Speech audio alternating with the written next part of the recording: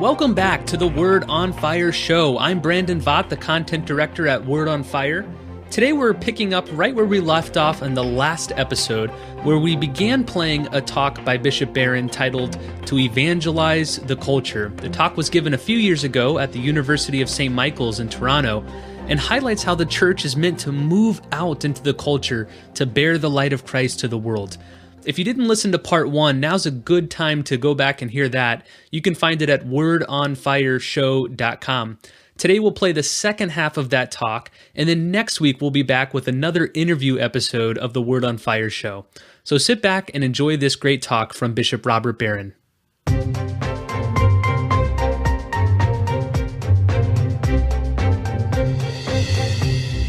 With these analyses in mind, let's turn to a consideration of some concrete ways in which Christ can be proposed as the proper fulfillment of the culture according to its three transcendental trajectories.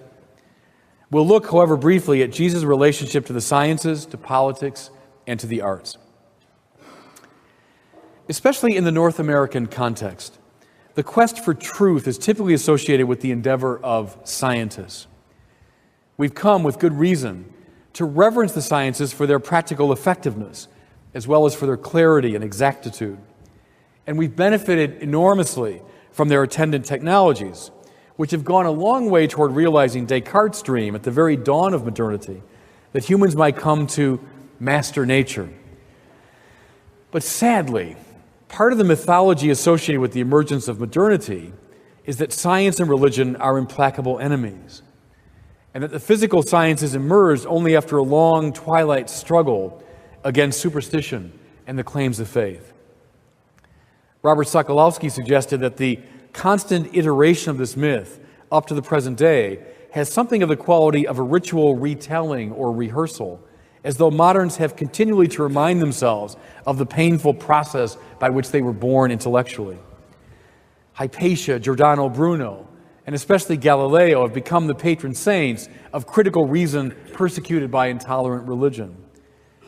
The great battle between science and biblical fundamentalism in my country in the early years of the 20th century, culminating in the Scopes trial, are read as a continuation of the primal struggle between obscurantism and enlightenment. Watch Bill Maher's, I think, terrible film Religulous in order to see a contemporary and very crude retelling of the myth. But all of this is tragic.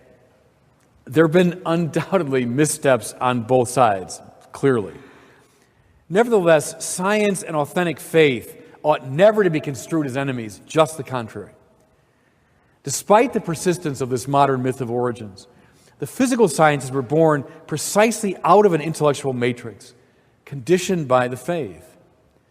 One might wonder why the sciences in their modern form emerged when and where they did, which is to say, in a European civilization of the 17th century, and not in the cultural context of, say, India, China, or the Middle East.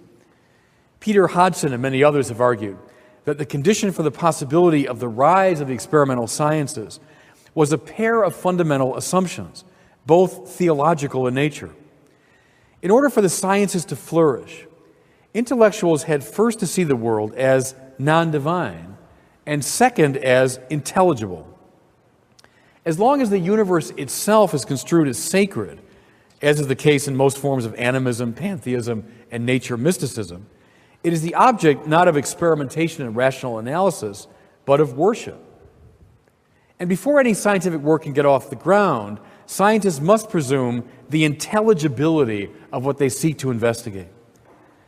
Psychology rests upon the assumption that the psyche has an intelligible form, biology on the assumption that life is understandable, physics on the assumption that there's a law-like quality to the microcosmic and macrocosmic structures of the universe, etc. This universal intelligibility is not so much discovered by scientists as intuited by them. Both of these requisite presumptions should be seen as corollaries of the doctrine of creation. And that's why I say they are theological in nature. If God has made the world in its entirety from nothing, then the world is not God. And if the Creator is intelligent, then His work is stamped necessarily and universally by intelligibility. The contention of Hodgson and many others is that an intellectual culture shaped by the doctrine of creation provided a particularly healthy breeding ground for the physical sciences. More to it, many of the first great practitioners of modern science, think of Descartes, Pascal, Copernicus, Kepler, Newton, etc., were devoutly religious men and were keen to show the correspondences between their empirical discoveries and their faith. And they all learned their mathematics, astronomy, and physics in church-sponsored universities. After the founding period, many prominent scientists saw no contradiction at all between their empirical research and their faith. One thinks here of Gregor Mendel, the founder of modern genetics, and an Augustinian friar, of Georges Lemaitre, formulator of the Big Bang theory of cosmic origins, and a Catholic priest, or today of a John Polkinghorne, Cambridge particle physicist and Anglican priest, and of George Coyne, Jesuit priest and astrophysicist. The myth of the war between science and religion was largely an invention, I would say, of the anti-Catholic polemicists of the 19th century. But it was sadly confirmed in my country by the emergence of biblical fundamentalism in the early 20th century. But the best of the Catholic tradition, relying on nuanced, non-literalistic, patristic, and medieval strategies for reading the Scripture, managed for the most part to avoid this phony conflict. And that's why the Galileo case, in all of its ambiguity, should be read as a tragic anomaly rather than as paradigmatic of the Church's relationship to the sciences. Those who honor the Logos made flesh, the one who's the icon of the invisible God, meaning the icon of unconditioned truth, have absolutely no interest in blocking, hindering, or questioning the legitimate exercise of reason in any of its forms. Just the contrary. As I take the next step, I realize I'm moving into rather highly speculative territory, but I believe there are intriguing hints in a good deal of contemporary science that the Logos, which we say informs all of reality, is, as Christians would expect, marked by a kind of being with or being for. Classical physics and astronomy were predicated on the assumption that reality is made up of separately existing objects, relating to one another extrinsically within the great theater of space. But post-Einsteinian physics, and now quantum theory even more radically, tend to see not so much things as patterns of interaction, overlapping fields of energy. What Charles Williams called coherence, the interpenetration of all dimensions of reality, seems to obtain at the most fundamental levels of being. The EPR experiment, Bell's theorem, both indicate that certain subatomic particles, having been at one time in contact, continue to be marked by one another, even after they've been separated by enormous amounts of space and time. Does this action at a distance or non-local causality, in fact, suggest a kind of coherence or being with obtaining across the fields of reality? And might this line of thought be a fruitful entree for those who hold that the intelligibility that informs all of creation is precisely an intelligibility of love? Now, let's turn to a consideration of the cultural trajectory in the direction of justice. As we argued above, all of our legal, juridical, and political institutions, at least ideally, are ordered toward the achievement of justice. They operate under the aegis of justice in its unconditioned form, which is just another way of saying they operate under God. There's a myth concerning the origins of the modern political state, which curiously mirrors the myth of the emergence of the modern sciences. Many in the West would blithely assume that democratic political reforms emerged after a terrible struggle with the traditional monarchy favored by the church. Again, it's instructive to consult the ruminations of both popular and academic authors in the 19th century to witness the launching of this myth. But like its scientific counterpart, it's woefully inadequate to the facts. I would argue that many of the indispensable features of the modern democracies are in fact derived from biblical religion. In order to see this, I'd invite you to journey in imagination to a stuffy room in a Philadelphia boarding house in the summer of 1776, where a young Virginia lawyer is composing a rather important document. In the prologue to the Declaration of Independence, Thomas Jefferson wrote, "We hold these truths to be self-evident, that all men are created equal." Now, we've heard those words so often, we rarely aver to their peculiarity. Are all people equal? If so, how? Common sense tells us that human beings are radically unequal in beauty, intelligence, courage, virtue, kindness, physical strength, etc. And if we consult the history of political philosophy, we find that most of the great political theorists of the pre-modern times took it as self-evident that we're not equal. Indeed, Plato, Aristotle, Cicero considered the recognition of this inequality as the requisite to the establishment of a right social order.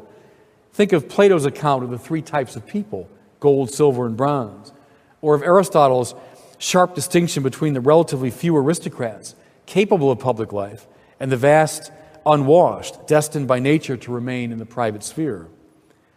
So what led Jefferson to say that the equality of all people is not obviously false, but obviously true? I believe the clue is found in that single word of Jefferson's formula that our eyes and minds barely take in, namely the word created. Despite our numerous and massive inequalities, we are all equally children of God, created out of love and destined for eternal life. Take the fact of creation out of consideration, and it becomes extremely difficult to defend the proposition that we're all equal. And let's follow the momentum of Jefferson's theologic. I'm quoting again. They are endowed by their Creator with certain inalienable rights. Among these are life, liberty, and the pursuit of happiness. Once more, even a casual consultation of the history of political theory discloses that this claim is anything but universally admitted. Neither Plato nor Aristotle would ever have thought it correct to ascribe to all people within the city inalienable rights. Rather, both would hold that the privileged aristocracy, the moral and intellectual elite, alone enjoy certain prerogatives. Again, what prompted Jefferson's confident assertion? It was his keen sense, however attenuated by Enlightenment deism, that a creator God had granted to each of his rational creatures a dignity which no person or state institution could legitimately undermine. In point of fact, the structures of government exist for no other reason than to protect this God-granted dignity. And here we see something of central importance, namely that the justice which properly preoccupies the representatives of a Jeffersonian democracy is a type of love, a willing the good of the other as other. All of the juridical and political institutions that rest upon the suppositions of the Declaration of Independence are conditioned, it seems to me, finally by this focused desire that each member of the polity flourish. If one is tempted to question the validity of this analysis, I might invite him to consider the example of the great totalitarianisms of the last century. Hitler's Germany, Stalin's Soviet Union, Mao's China, Pol Pot's Cambodia, to name only the most brutal. What the world witnessed in each of these political arrangements was a systematic negation of God, and hence a setting aside of both equality and rights, followed by morally disastrous but utterly predictable results. Another important religious feature of modern political arrangements is the rule of law, which is to say, the conscious placing of all members of the society, including the governors, under the authority of a law that transcends their individual wills. Grounded in the prophetic tradition of the Bible, Thomas Aquinas teaches that legitimate positive law rests in the moral law, which in turn is conditioned by the eternal law, which is identical to the divine mind itself. When that nesting relationship is forgotten, law in short order becomes an instrument of manipulation, a tool in the hands of the powerful. In his conversation with Pontius Pilate, Jesus reminds the Roman governor that he, Pilate, would have no authority unless it were granted to him from above. In other words, he suggests none too subtly that Pilate's power is not a function of the governor's will, but is rather granted to him by a transcendent authority. The justice of God, which is unconditioned love, is the aegis under which any and all governmental authority is appropriately exercised. And this is precisely why the rule of law provides indirectly an opening to the one who would seek to proclaim Christ to the political culture. Let's look finally at the cultural trajectory in the direction of the beautiful. There was for centuries a tight correlation between the Catholic Church and the arts. One has only to think of Gregorian chant, the great French cathedrals, Dante, Palestrina, Giotto, Raphael, Michelangelo, Matthias Grunewald, Mozart, etc., to see the immensely fruitful quality of this relationship. The church readily used the arts for evangelical purposes, and the artists allowed religion to carry them to the heights of creative expressiveness? Would Grunewald's artistry have been fully realized apart from the unsurpassably sublime subject matter of the crucifixion of the Son of God? The rapport between art and the church was considered natural because God was construed as the supreme artist, and artists here below as participants in the divine creativity. Thomas Aquinas utilizes the trope of God the artist frequently and in a number of different contexts. In his discussion of the Trinitarian persons, for example, he says that species, beauty, should be attributed to the Son, since the Son is the archetype by which God the Father fashioned the universe. I'm quoting here, "The Word, in a certain sense, is the art of Almighty God, that through which all things exist." The Father makes the world by consulting, as it were, the beautiful forms implicitly ingredient in the Word, much as an artist makes an artifact by consulting a beautiful ideal that he holds in his mind. And since God's creation is ex nihilo, there's literally no limit to the extent of the Son's influence over creation. And this means that whatever exists, precisely in the measure that it exists, is beautiful. What the artist seeks to do on Thomas's reading is to imitate the beautiful forms that she finds in God's creation, and thereby to bring more beauty into being. And this is why artistry is inescapably intellectual in nature. It is, in Thomas's language, recta ratio factibilium, right reason in regard to things to be made. It's a kind of contemplative seeing that gives rise to making. James Joyce, who was profoundly shaped by scholasticism as a young man, expresses the artist's task in very Thomistic terms, commenting that an artist is a, quote, reporter of epiphanies, those privileged moments of manifestation. He's not so much an inventor as an imitator of the beautiful, as becomes clear in Joyce's recounting in A Portrait of the Artist of his experience of seeing the girl silhouetted against the sea, a scene which consciously echoes Dante's meeting with Beatrice in the Vita Nuova. But much of this began to unravel in the modern period. An even relatively adequate exploration of the causes for this dissolution would take us way beyond the bounds of this paper. But suffice to say that the participation metaphysics that undergirded the approach outlined above commenced to evanesce as God more and more was seen as a distant first cause and not as the very ground of the being of the universe. In time, this abstracted and distantiated God came to be seen by many intellectuals as effectively unnecessary, and eventually an outright atheism came to seem plausible. This shift in ontology carried enormous implications for aesthetics, for as the world appeared less and less the work of a transcendent artist, art became more and more a matter of self-expression rather than imitation. Once the objective referent disappeared, subjective purpose and need became paramount in the mind of the artist. It seems to me that the evangelization of the arts can happen only when we recover a more classical notion of nature as the repository of formal beauty, the work of a transcendent artist, and of art itself as recta ratio factibilium, a rightly ordered reason that contemplates the objective form and makes beautiful things in accord with that contemplation. Once these moves are made, the evangelist can propose Jesus, who is the harmonious coming together of divinity and humanity, as the most sublimely beautiful form. And he can endeavor to show that any and all forms within nature are finally a participation in that primordial beauty. And finally, he can encourage artists to return with energy and enthusiasm to the community, which has, up and down the ages, most faithfully preserved the idea of the supernatural artist. Just now, a couple words by way of conclusion. The great story of Noah's Ark in the book of Genesis was interpreted by the church fathers as a kind of icon of the church. During a time of crisis, Noah and his family, along with the microcosm of God's good creation, hunkered down. But the moment the floodwaters receded, Noah opened the windows and doors of the ship in order to flood the world with the life he'd preserved.